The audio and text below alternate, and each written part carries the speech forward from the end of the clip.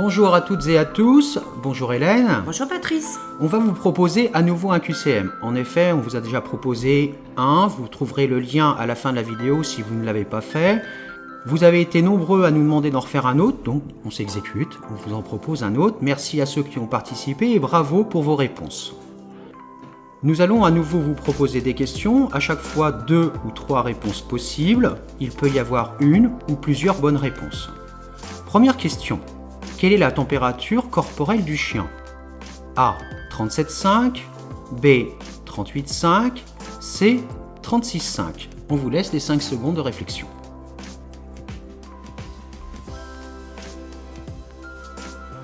Dis-nous Hélène, quelle était la bonne réponse? La bonne réponse est la B, 38,5. Deuxième question. Mon chien a la truffe sèche et chaude. A-t-il de la fièvre? Oui, la truffe est un bon indicateur.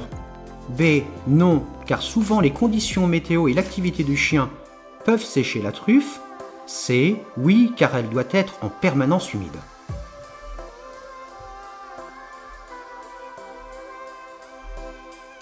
La bonne réponse, Hélène? C'est à nouveau la réponse B. Non, car suivant les conditions météo et l'activité du chien, la truffe peut effectivement sécher. De plus, vous savez maintenant, de plus en plus de maisons sont équipées de chauffage au sol, confort indéniable. Seulement voilà, si votre chien est couché et la truffe sur le carrelage, ça sèche sa truffe. Donc ce n'est pas une raison de maladie ou de forte température de votre chien. Question numéro 3. À quel âge commence le sevrage d'un chiot? A. 3 à 4 semaines, B. 6 semaines, C. 7 à 8 semaines.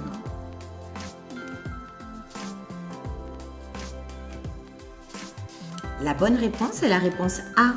Le sevrage commence à 3 à 4 semaines pour se terminer environ à 7 à 8 semaines. Donc le sevrage, qu'est-ce que ça signifie, Hélène? Ça signifie que le chiot va arrêter progressivement de téter les mamelles de sa mère, ou pour un chiot abandonné qui n'a pas de maman, il va arrêter le biberon de lait maternisé pour commencer une alimentation aux croquettes, donc soit humide au départ ou les croquettes sèches directement s'ils les prennent. Alors le sevrage au biberon, c'est intéressant parce que tu l'as fait et tu as des chiots à l'heure actuelle. Ça serait intéressant peut-être pour les personnes qui nous écoutent de développer un peu le sujet. Alors pour biberonner un chiot, il faut d'abord se fournir du lait maternisé qu'on achète chez le vétérinaire. Vous donnez ensuite des biberons toutes les 3 à 4 heures environ. Et progressivement, c'est le chiot lui-même qui va vous faire comprendre qu'il ne veut plus de biberon.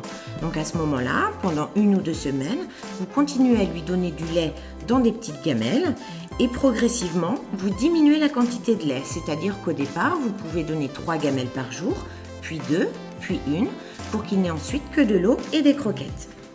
On n'hésite pas à donner des croquettes humides pour certains chiots, d'autres peuvent passer directement aux croquettes sèches en accompagnement de lait.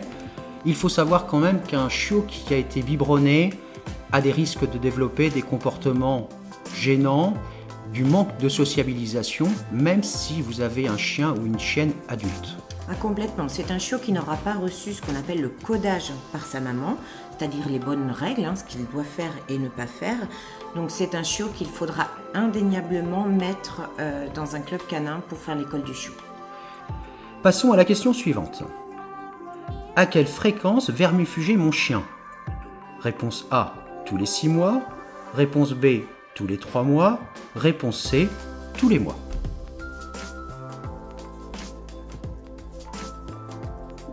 La bonne réponse est la réponse B, tous les 3 mois.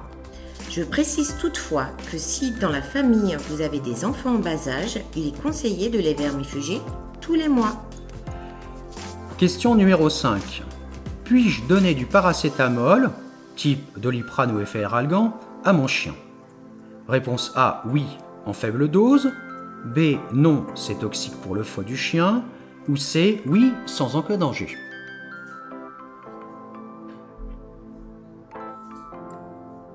La bonne réponse est la réponse B.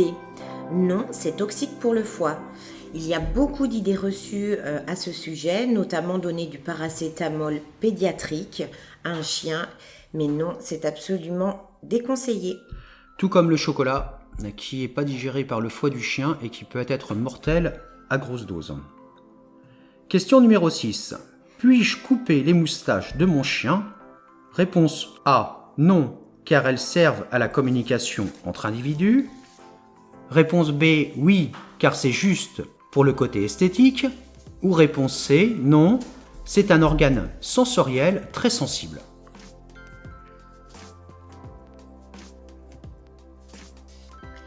Il y avait 2 bonnes réponses. La A, non, il est déconseillé de couper les moustaches du chien car elles servent à la communication entre individus. Et c'est également la réponse C, c'est un organe sensoriel très sensible. Question numéro 6. Pourquoi les chiens essayent d'attraper leur queue de temps en temps? Réponse A, c'est un moment de jeu. Réponse B, c'est un signe de grande angoisse. Réponse C, c'est parce qu'ils s'ennuient.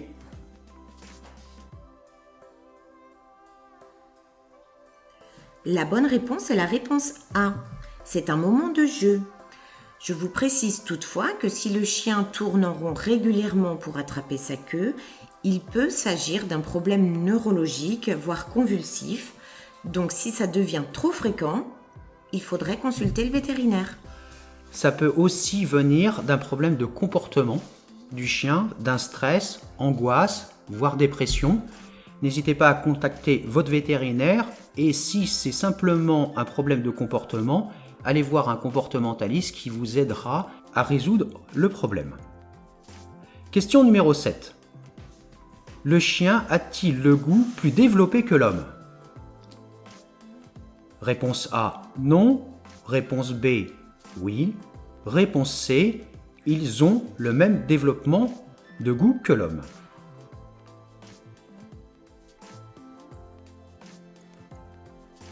La bonne réponse est la A. Non, le chien n'a pas le goût plus développé que l'homme. En effet, le chien possède environ 1700 papilles gustatives alors que l'homme en possède 9000. Question numéro 8. Comment apprendre la propreté à un chiot? A. En lui mettant le nez dedans. B. En le sortant après chaque sieste et repas. C. En le réprimandant et en nettoyant devant lui.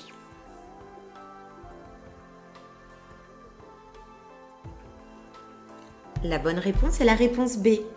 Il faut sortir le chiot après chaque sieste et chaque repas.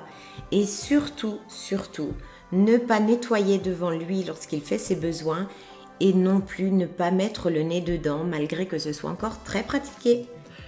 On va développer ça, c'est très important. Un chiot, quand il arrive chez vous, il a à peu près 2 mois, 2 mois et demi. Il est dans l'incapacité de se retenir de faire pipi toute une nuit. Pourquoi? Tout simplement parce que ses muscles ne lui permettent pas. Et si vous lui apprenez progressivement la propreté, avec pédagogie, votre chien commence à faire pipi dans la maison, vous le voyez, vous grognez, vous le sortez dehors, il fait son pipi dehors, vous le félicitez, vous le caressez, vous jouez avec lui, il va très vite s'apercevoir que le pipi se fait dehors. N'hésitez pas non plus à restreindre son espace dans la journée ou la nuit, parce qu'un chien ne fait jamais pipi là où il dort, sauf forcément si c'est un chiot qui vient d'un élevage intensif et qui là il a vécu dans des box. Malheureusement, la propreté sera aussi plus difficile à acquérir et suivant la race.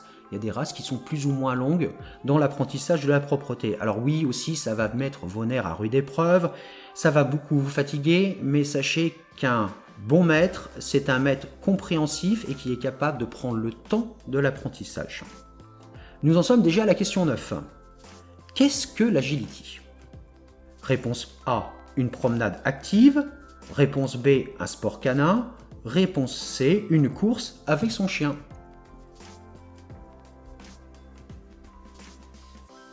La bonne réponse est la réponse B, un sport canin. Attention, on ne fait pas d'agility avec un chiot. On attend que celui-ci soit adulte.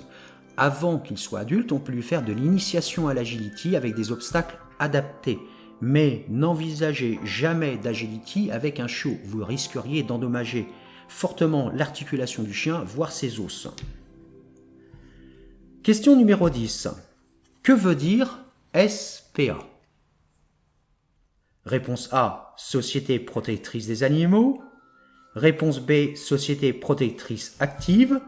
Réponse C, société préventive des animaux. La bonne réponse est la réponse A, société protectrice des animaux. Question numéro 11.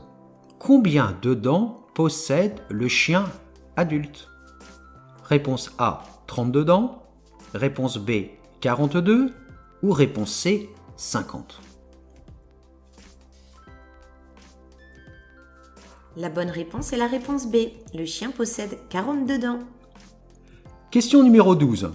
Comment s'appelle aussi la queue du chien? Réponse A, le balai. Réponse B, le fouet. Ou réponse C, le lasso.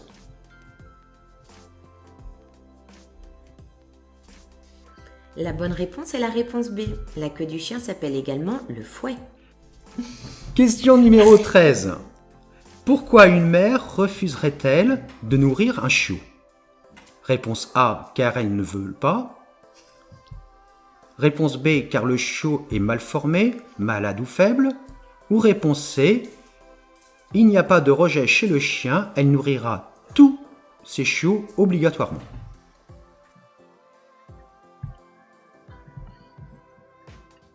La bonne réponse est la réponse B. Une mère peut refuser effectivement de nourrir un chiot s'il est mal formé, malade ou faible. Comme dans la nature, en fait, la maman va sacrifier un chiot plus petit pour pouvoir nourrir les autres. Question numéro 14. Encore une question sur les chiots. Quand le chiot naît, A, il est sourd et aveugle. B, il a tous ses sens. Ou C, il est uniquement aveugle.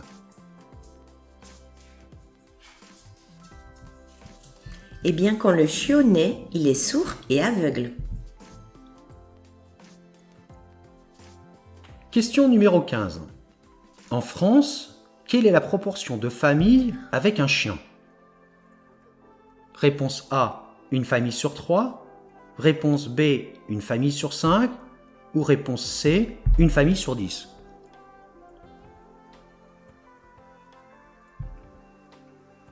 La bonne réponse est une famille sur 3. Alors bien évidemment, suivant les régions, si on habite en ville ou à la campagne, le nombre de chiens par famille évolue et avec le temps, il évolue aussi. Question numéro 16. Les chiens qui ont une longue tête ont un champ de vision plus élargi. Réponse A, oui c'est vrai. Réponse B, c'est faux, ils voient moins large. Ou réponse C, tous les chiens ont la même vision.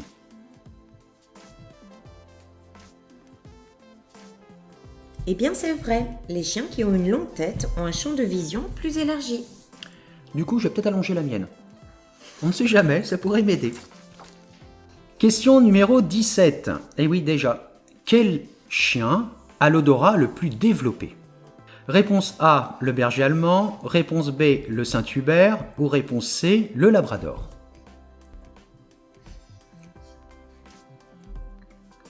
Le chien qui a l'odorat le plus développé est le Saint-Hubert. Et d'ailleurs, vous noterez que dans les brigades cynophiles, c'est la race la plus utilisée pour la recherche de personnes disparues. Question numéro 18. Mon chien peut-il manger du chocolat sans danger? On vous a donné un indice tout à l'heure, je pense. Voir la réponse. Réponse A, oui tout à fait. Réponse B, oui mais uniquement par petite quantité. Ou réponse C, non, c'est toxique pour lui.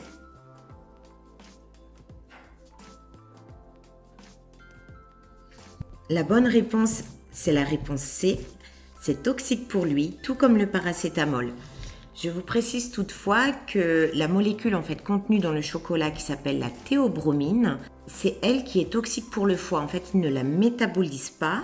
Je tiens à préciser également que la taille du chien compte énormément. On a été gentil sur celle-ci puisque tout à l'heure on vous a donné la bonne réponse.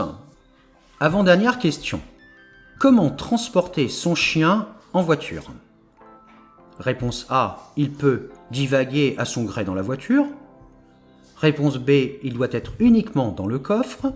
Réponse C, il peut être sur la banquette arrière s'il est attaché.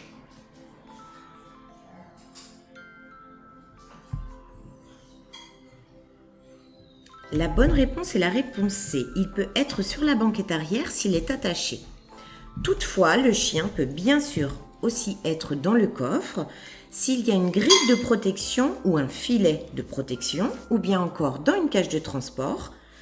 Et bien sûr, au niveau de la banquette arrière, il doit porter un harnais qui se clipse dans la boucle de la ceinture de sécurité.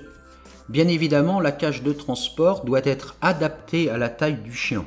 Il faut savoir que si votre chien est en divagation dans votre véhicule et que vous avez un accident, les pompiers ne peuvent intervenir qu'à partir d'un moment où le chien aura été maîtrisé. De plus, votre assurance pourra considérer que si le chien était en divagation au moment de l'accident, vous êtes vous responsable de l'accident, même si vous n'y êtes pas dans la théorie. Dernière question. Les chaleurs d'une chienne apparaissent à quelle fréquence? Réponse A, tous les 2 mois. Réponse B, 2 fois par an. Ou réponse C, 5 fois par an.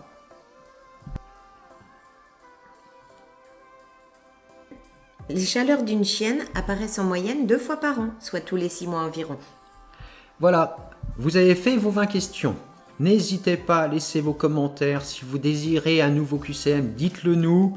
Notez vos bonnes réponses, postez le nombre que vous avez eu de bonnes réponses. Et on se retrouve très bientôt, soit pour un QCM, une fiche de rage de chien, ou bien pour parler tout simplement des problèmes de comportement du chien. À bientôt Hélène. À bientôt Patrice.